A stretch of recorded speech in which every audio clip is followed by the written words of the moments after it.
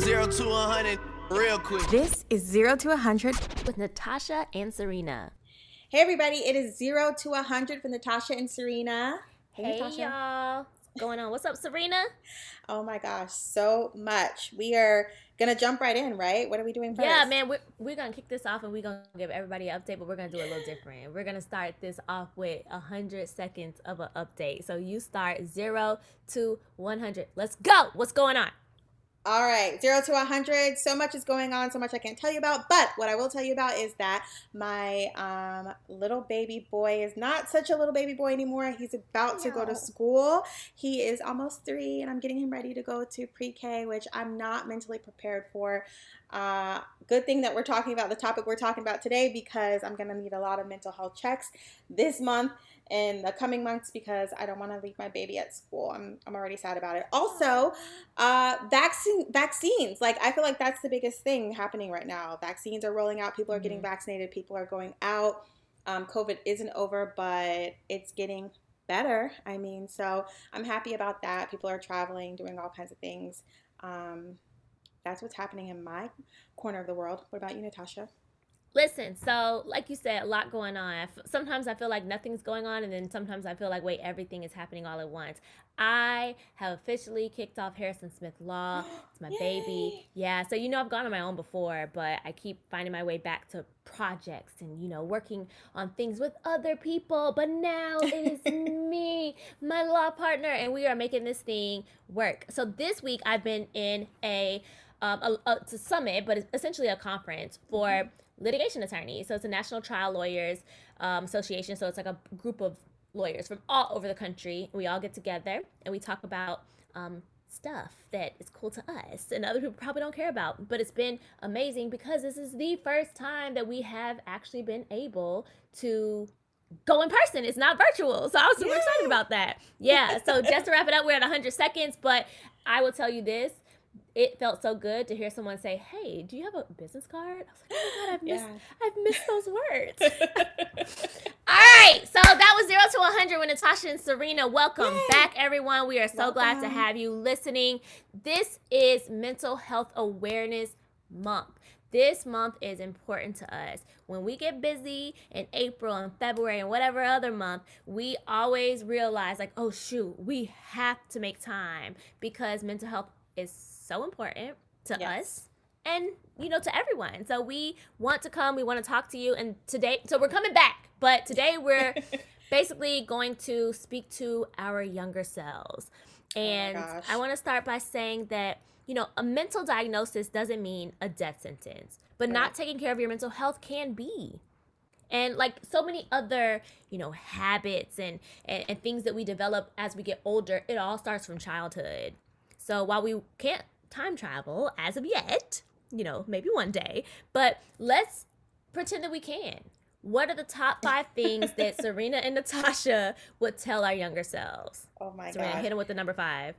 I'm hitting you with number 5. First of all, I wish that I could tell myself 100 things, but we're narrowing it down to 5 today. So the first top thing, 5. Top five. Number 5, things will never go as planned. I know a lot of people, you hear that saying, if you want to make God laugh, show him your plans. And it sounds like a cute little cliche thing to say, but it's actually true. It's the older I get, the more I have to accept and be able to be okay with the fact that things don't go according to the way that I had mapped them out and laid them out. And I look back to when I was like my young, high school self, and I had such like this clear plan of how I thought life was going to go. And it doesn't go that way. And that's okay, because it goes exactly the way I believe destiny has it mapped out to go, like the way that it's supposed to go for your life. And the roads that you take and the path that you take, they make you stronger. And I remember when I was graduating from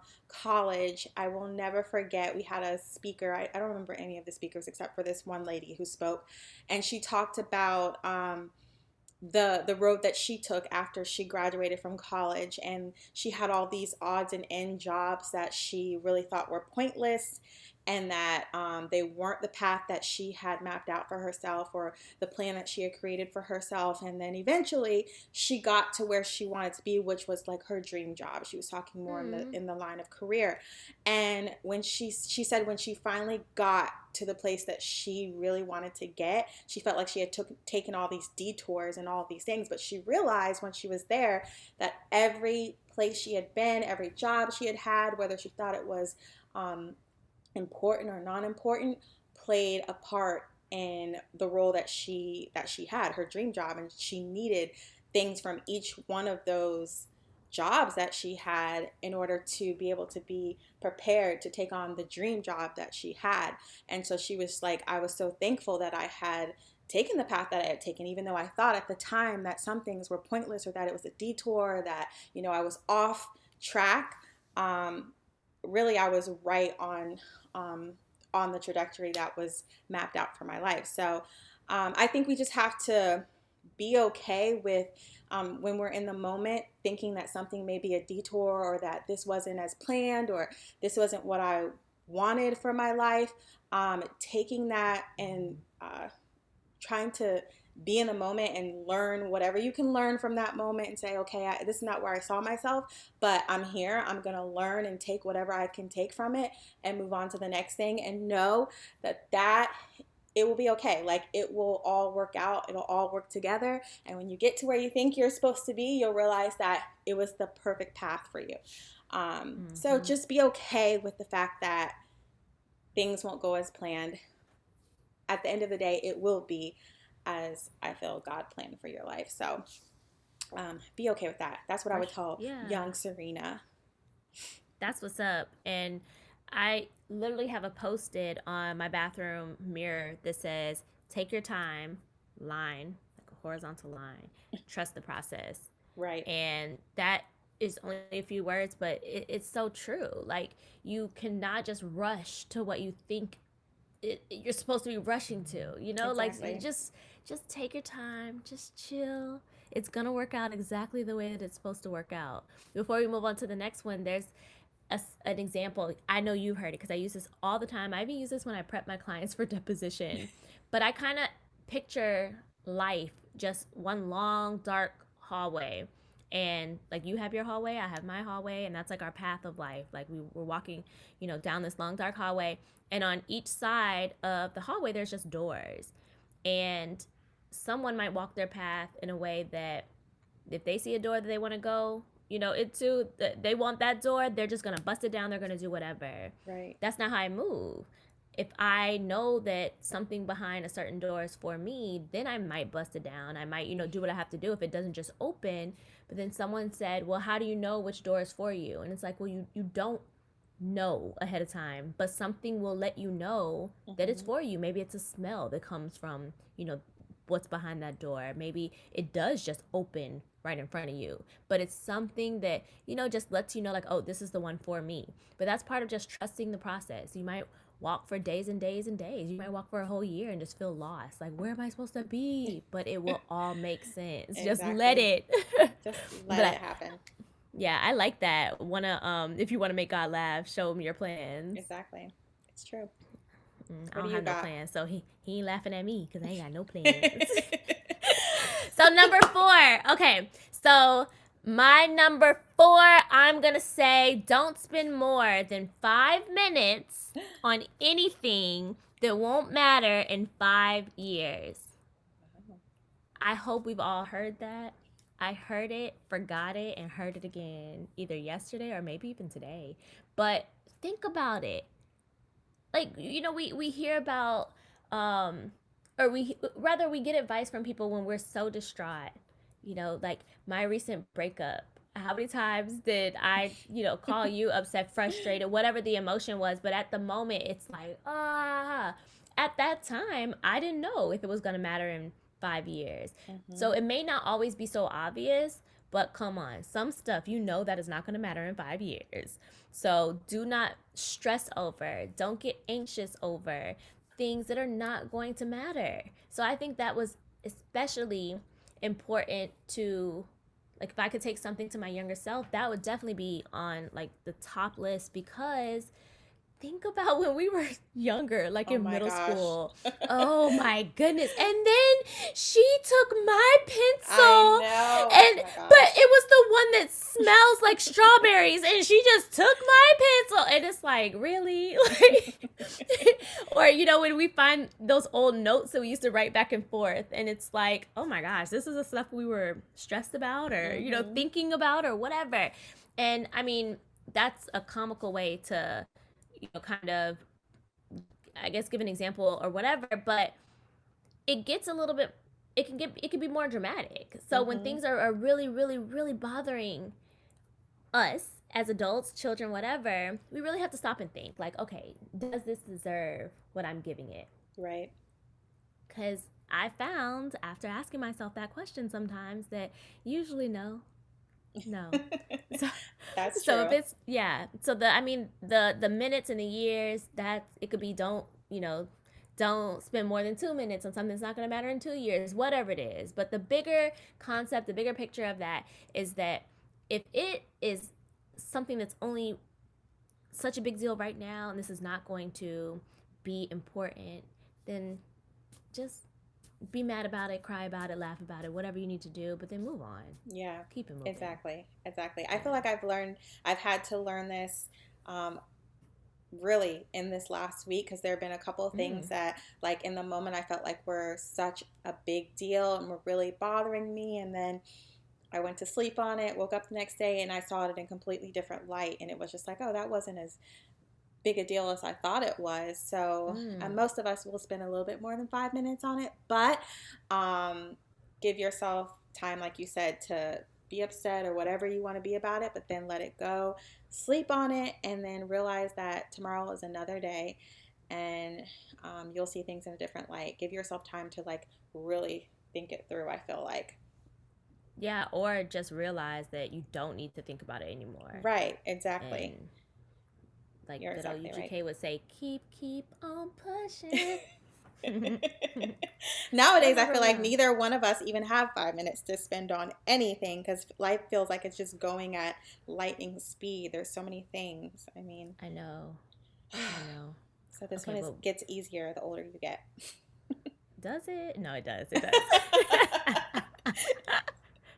All right, what number are we on? All right, we You want are to take number on, 3? yeah, number Okay. 3. I have give yourself and others grace.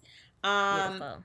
this is one that I feel like I have definitely had to learn being a wife and a mother because I feel like every day there's one thing that I'm probably failing at. Not just being a wife or a mother, but a friend and then a sister, a daughter, or whatever it is. So you have so many roles in your life that you feel like you're failing at one at any given moment. And it's like, oh, I have to give myself grace. It's okay. It's okay Aw. to be, to not be perfect at everything and feel like you're not giving everyone the best at all times. So Yeah. I had to learn to give myself grace and in turn also learn to give other people grace, like especially my husband, like not be so hard on him about certain things. Like there are days when I want to like bite his head off, but and I have to realize, okay, I wouldn't want him to do that to me. Maybe he's having a hard day or whatever, so let me give him the same grace that I would want him to extend to me.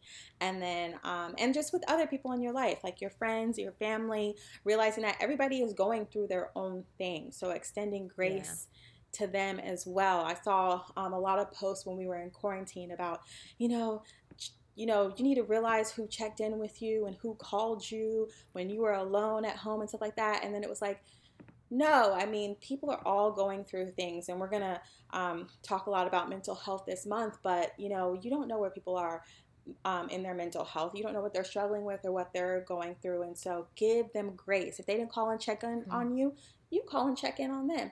that's And then right. give yourself grace. Don't feel bad because you didn't call everyone in your family and wish them a um, happy birthday or whatever it is.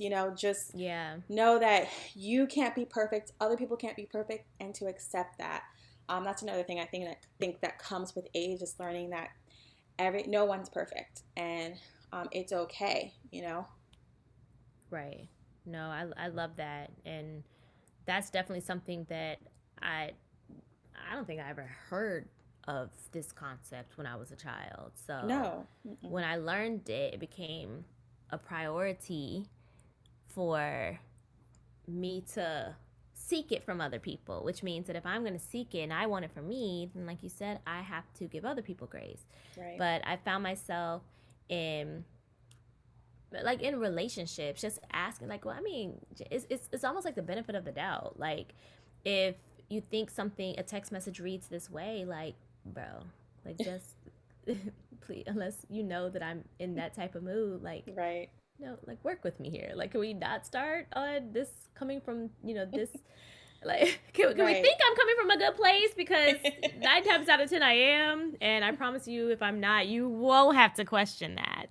But grace is so important. And I think you gave the best example. And I really don't have that much to add because I felt the exact same way when I saw that. But I've done that before where it's like, stop checking on everyone else and see who checks on you. Well, I'll be perfectly honest. When I did that, if I would have stuck with it, I wouldn't have no friends. but but people kind of get used to the person that is the one that always reaches out or whatever. Right. And I also have realized that I don't really give much when people check on me. So if they checked on me 10 times and I'm fine, how is it everyone else's fault that the 11th time when I've given no indication that I needed someone to check on me, that they didn't check on me? How, like, what is that? It's not fair. And you're focusing on the wrong things. So, like I said, I think that's the best example. And I really encourage people, like this one's, I'm glad it's in the middle, of our 5. And I just think that it needs to live right there in the middle. It needs to be at the core of everyone. Just give grace and almost expect it from other people too. So don't get worked up if someone's not giving that to you. Maybe educate them on it, but then keep it moving. Like, you know what I'm saying? Like, all right, so I'm going to do that too. I'm going to keep it moving. So number 2. What you got? Treatment and or therapy. It's not an unfair advantage, and that there's absolutely nothing wrong with taking care of you. So I struggle with like how to kind of form that. And I know it probably makes sense to you, but essentially what I'm saying is that we'll talk about stigmas, but we all know that there's a huge stigma when it comes to mental health in the Black community, Black and brown community, because I've heard from, Hispanic friends that very similar as far as, what they're allowed to deal with growing up. And we're kind of taught that, like, oh no, that's not for us. We don't go to doctors. We don't go to therapists, to talk about issues.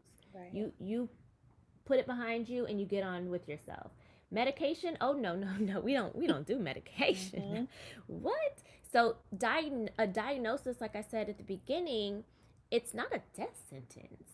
So if you're diagnosed with a mental condition, there's nothing wrong with that. That is just the knowledge that you need so that you know what treatment and maybe even medication you may need. But how can you know if you don't first seek out like that assistance? And yes, it may come along with a diagnosis. That may happen. Right. But I think a lot of people are like, I don't want them stamping me, or I don't want them stamping even my child. I had a friend that had to deal with that, and it was really difficult for her because of, growing up, we're taught this. So you have to get past that because you need to explore what's going on. So I think that if I could communicate that to my younger self, I would tell my younger self, like, no, it's okay. If you need to talk to a counselor, if you need to talk to somebody, if you feel like something is wrong, don't be afraid of what they may say, what they may, tell you will help you. And then it's okay to do that because taking care of you is a good thing. You should do that, and you should not feel a way about doing it. Yes, that is exactly right.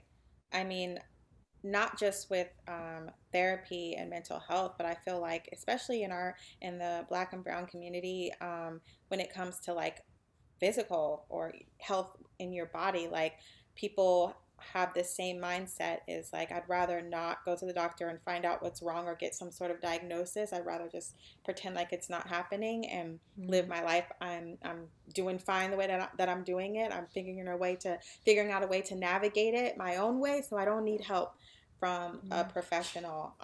And that is, I feel like, the worst thing you can do, because then that actually puts you at an unfair advantage when you don't get the treatment um, and or therapy that you might need. And then you're behind the curve, and then it's even harder to treat when you do go at a later time. So this one is like super important. I see so many people um, just not being afraid. I think it's really just getting over the fear. We all have it, because nobody wants to hear a diagnosis of any kind, because you feel like, Yeah. oh my gosh, it's the end of my world, everything's over.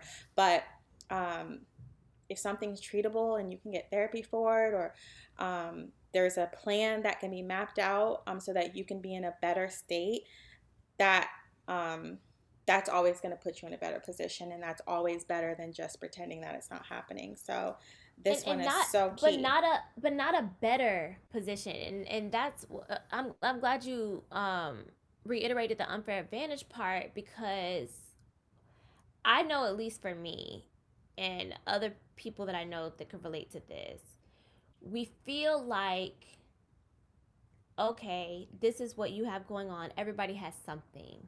So by you going and getting treatment, taking medication, whatever, that now gives you an unfair advantage. But what you have to understand is that when you're dealing with anything, so a mental condition is no different than a physical condition in the sense of how it inhibits you from being able to Hmm. live to your full potential.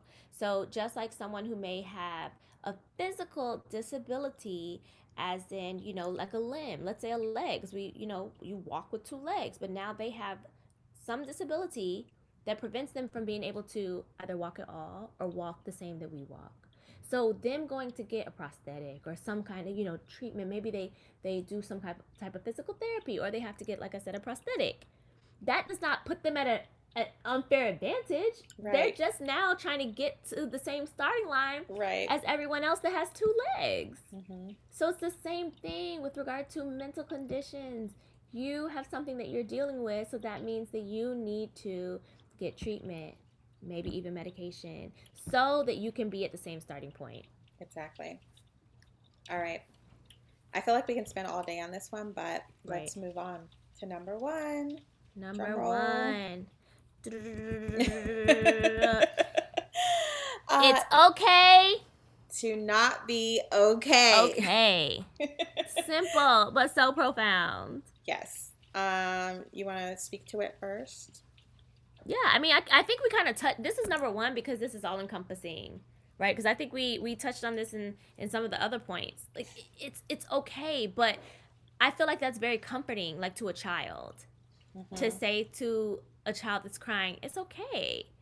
But really, we're saying, like, it's fine that you're upset about something. Right. It's fine. It's okay. And that is true from birth all the way until, you're no longer here, because no one is always okay. So even Right. though we're taught and we constantly say, I'm fine, I'm fine, Hmm. I'm fine. No, it's okay to, even if you don't answer, just know, I want to know in my mind to myself that I'm not okay today. And then I want to immediately respond back and say, that's okay.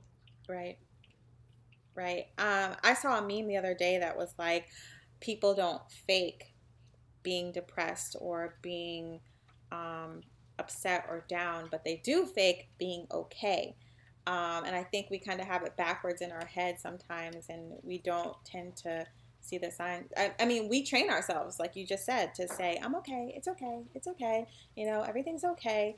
Um, but it's okay that sometimes it's not, and it's okay to say it. And there's Mm-hmm. strength sometimes in that, to recognize that we may be weak in an area, or that we're not doing okay, and that we just need to take a moment, we need to take a break, we need to check out, we need to check in with someone. There's strength in Absolutely. that. And it only makes us better as people when we're able to tap into that and really just be honest with ourselves and with others. Yeah, and I think being honest with others is difficult. I don't know that I'll ever be the type of person to where you come someone that, we're cool or whatever, but we don't have that kind of relationship, or maybe we're the greatest friends, but we just I don't want to unload all my whatever I have going on with you. So you say, Hmm. "Hey, how you been?" I say, "Oh, I'm great." because I am great. I Mm-hmm. really am. I'm not lying. Right. But I'm also probably not okay some days. Right. But I told a friend that we were talking about something, and my piece of advice was to have, like someone who is in AA. They have like a sober, like a sponsor or something. Mm-hmm. You need to have a life sponsor, and That's really, true. I'm serious. Like, you need to have a life sponsor, and that is sometimes they show themselves like you already know who it is. Other times you have to think about like, who would that be for me? But that's that one person that you feel safe and comfortable reaching out to them directly, or if they call you and say, hey, how are you? You feel good and you feel okay to where you can say, I'm well, I'm safe, but I'm not okay. And Mm-hmm. then you can share that. But if you don't have like that one designated life sponsor, then Mm-hmm. I don't think that it's as easy to be open about it with someone. But you have to find a way to release. And I It's think the true. best way to do that is, by talking. And sometimes you don't need anything in return. You just want to just get it out. Yeah. And I'm not ashamed to say, like, at the age of 30 something, was I think a month ago was the first time that I had ever really spoken to a therapist before I actually did um, personal therapy and then also some marriage counseling. And it was just so, I had all these fears and like, um, you know, things that I had in my head before going into it. And I was just like, mostly just fear, I guess. And after speaking to the person and knowing that it's somebody who was completely unbiased and was able to listen in an objective way and listen with and give healthy responses and things that I could do in my own life to be better. It was so refreshing. Like, I just felt like it was like I was a new person after speaking to them, and I felt like so much better. So, I mean, Mm-hmm. definitely. I mean, you should have a life coach. I mean, I guess they're called therapists in our world, but you definitely should have someone like that you can speak to and just be like, I'm going through this. I need advice, or I just need you to listen. You know. Mm-hmm. And another thing I saw that was important was that when if you are this person for someone else, if your friend calls you and say, "Hey, I need you just, I need you to be that person for me," you should ask them before going into the conversation. Okay, are we coming up with solutions? Do you want solutions from me, are we just listening? That is a game changer, I think, when you're speaking to someone, because sometimes when you're talking to someone, you don't want them to give you solutions or advice. You just want them to Mm. listen. And so I don't know. I just think I'm that's I'm important. I'm gonna I'm gonna reassign that. So, because I used to be real tough on you should really ask people like, hey, is it okay if I unload this? Right. Like, are you in a good mental place to be able to accept it?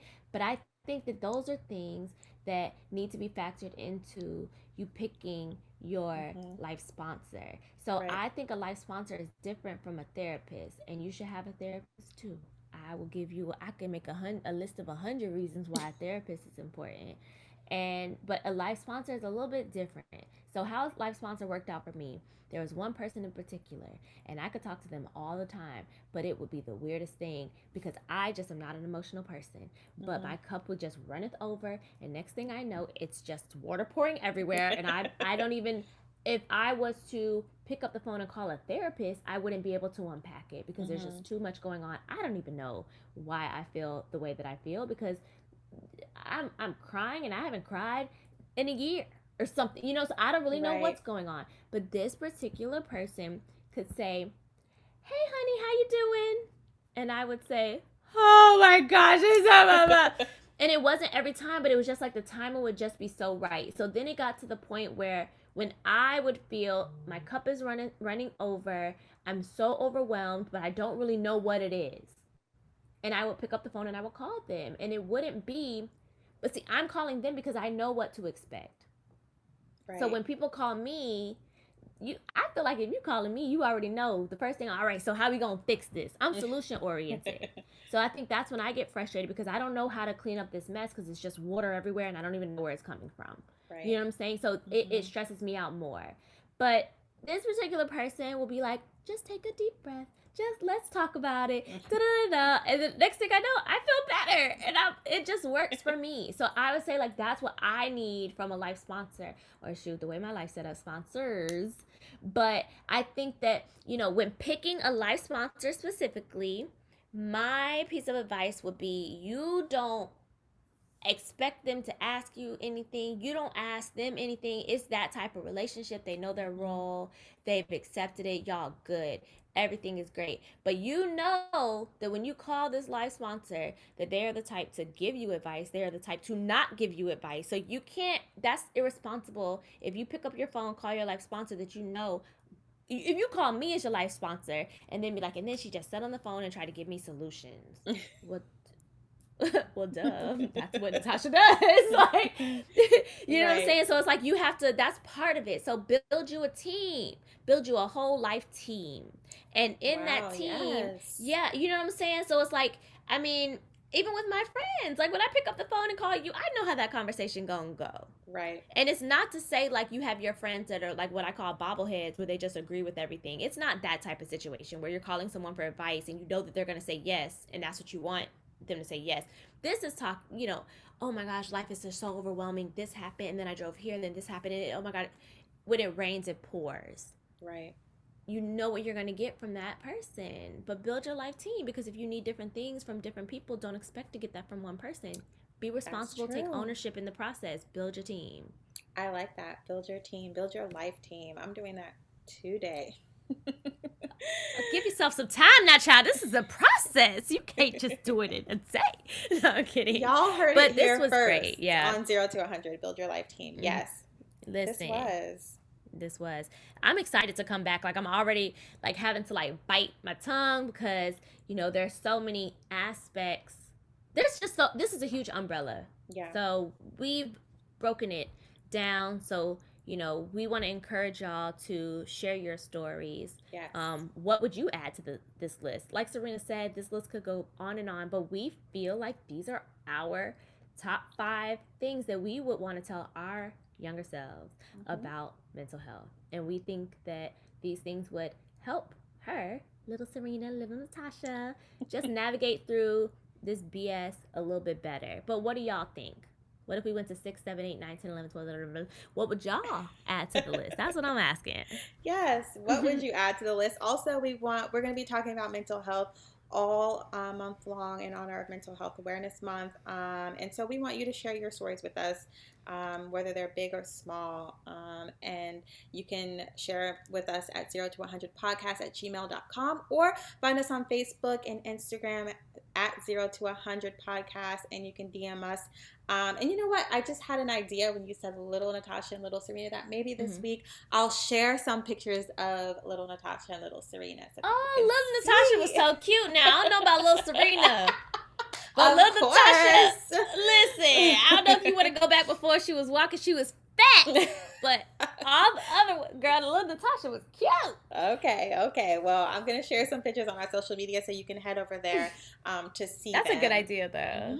Yeah. Yeah, so we're actually going to do an episode discussing some, stories specifically related to mental health.